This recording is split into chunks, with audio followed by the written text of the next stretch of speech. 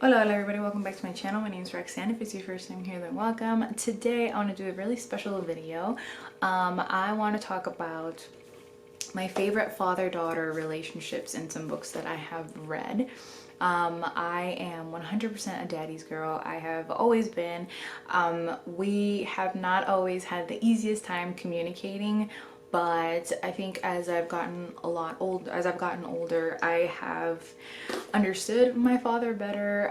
He has become more patient, and sort of also just more accepting of the fact that I am, even though we are very, very similar, we are also very, very different. We have similar like temperaments, I think, but we are very like I am much more liberal thinking than he is. I'm like more easygoing than he is. We just have some like personality quirks and traits that are very different, and which have at times made for some difficult conversations or just us butting heads. But through and through, I am a daddy's girl, and he is not only my father, but he's like one of my best friends, and we really became a whole another level closer after the passing of my mom. So yeah, I just wanted to, I've always loved girl dads. I think girl dads are just the best. And yes, I'm always looking for that amazing sort of father-daughter relationship in books, and some of these I have acquired. So yeah, I wanted to talk about them. I don't think my dad is ever gonna read any of these books because my dad doesn't read. That's one of our very, very distinct differences, is that he does not really understand my love of reading so much. Similarly, he does not care for my love of tattoos, which we argue about all the time. Dad, I have new ones. I'm sure you'll see them at some point. But yeah, at the end of the day, like, he's my dad, and that bond is so amazingly special. And so I wanted to share some books in which I have found an equally special bond between a daughter and her dad. And so two classics that I love are Wives and Daughters by Elizabeth Gaskell and Pride and Prejudice by Jane Austen. Pride and Prejudice, the dad is not the best dad by any means. He's a very like kind of in his own world. He doesn't really bother with his daughters or his wife, but he does have a very special bond with Elizabeth. They both love to read. They're both very intelligent. He appreciates who she is so much, and they're so close that despite his other feelings with the rest of his kids, I really do love the relationship that he has with Lizzie as our main character. And so for that, you guys know it's also my favorite book ever, so I had to give it a little bit of a a little bit of a shout out. And then in Wives and Daughters, I really do love the relationship between our main character and her dad, and you see so much of it, especially in the beginning before you get to meet the sort of wives and daughters of the story. And really, he just wants, even if their mentality might differ a little bit, he really just wants the best for his daughter. He wants to be a really good dad, and I just love the relationship that they share. That is a book that I highly recommend if you're looking for like more approachable classics as well. For some middle grade, I have Nevermore. This is not a blood dad, this is a dad figure, and it's the Jessica Townsend Nevermore Tales of like Morgan Crow series. The relationship that Morgan has with her mentor Jupiter is so amazing. He does one of the things that I hate, which is he sometimes keeps things from her that he doesn't think she either needs to know or is ready to know at that moment, and that is very infuriating. But my dad does that. And like, he keeps things to himself a lot, which infuriates me. But my gosh, does he just let her be exactly who she is, and he protects her like no one else, and he is just such a great, beautiful father figure for Morgan that I love it so much. We also have Front Desk, which I recently read and reviewed. I think it was for May that I read it, and our main character has a difficult relationship with her mom, who has a very distinct idea of what she thinks our main character, whose name I forget right now, I'll put it down here below. She has a very particular idea of who her daughter should be, and that comes from both culture, but also the mentality that a lot of immigrant families have, and that you have to be successful at very particular things that will that it will assimilate you more, help you assimilate better, that will just have a higher chance of guaranteeing you success. And her dad understands all of that and sort of navigates the relationship between daughter and mother well, but really at the end of the day, he knows how much our main character loves things that are different than what her mom expects her to love, and he supports her 100%, and he gives up so much for them to be happy and to have a chance at success. And I love it so much.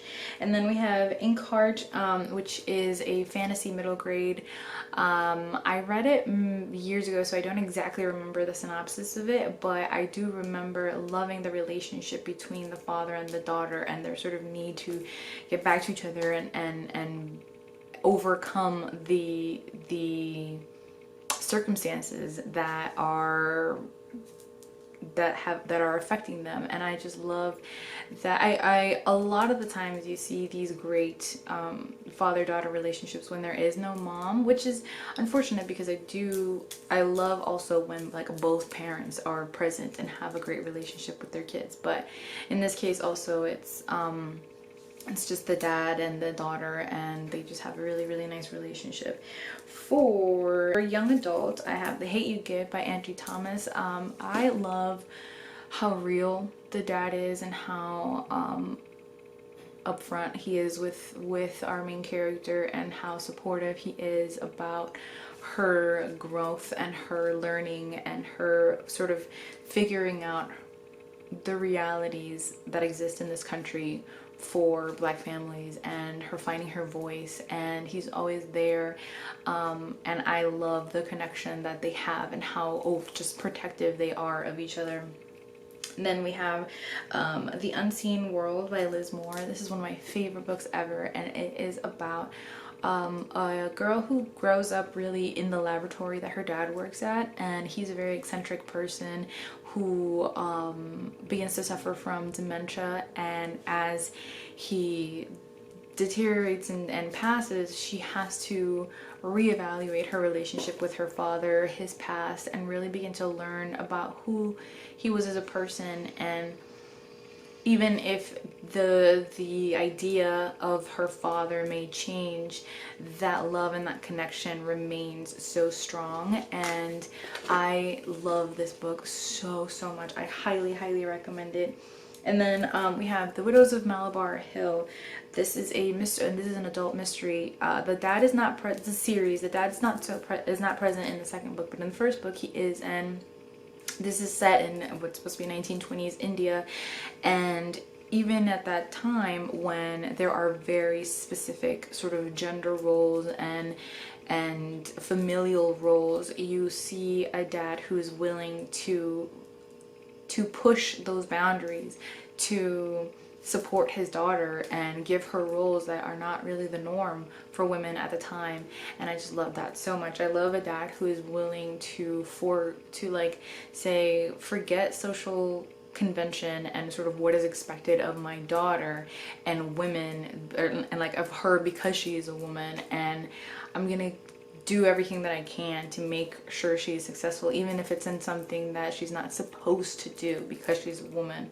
And then we have another sort of classic that I forgot was To Kill a Mockingbird. I think you all know about To Kill a Mockingbird, but I love how the dad always speaks to I forgot her name, the main character, as an adult. Really doesn't really kind of talk down to her, and even through the very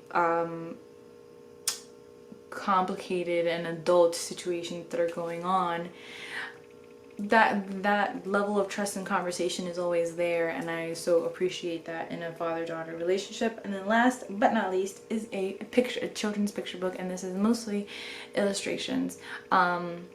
That really just get to me. I also read this recently, and it should be in my latest wrap up, and that is Dad by My Side.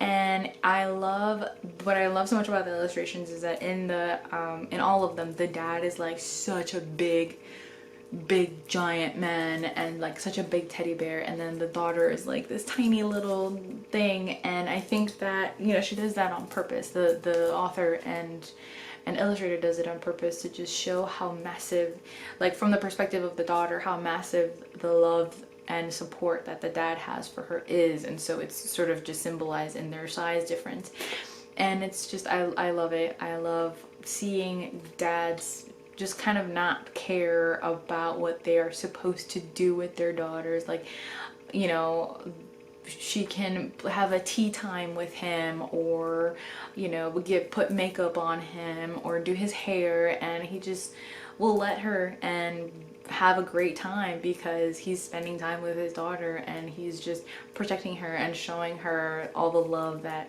you know, a dad is supposed to show. And so it just like, it tugged at the heartstrings. So those are my favorite so far father-daughter relationships. Let me know if you've read any of these and what you thought. As always, thank you for watching and for listening, and happy Father's Day.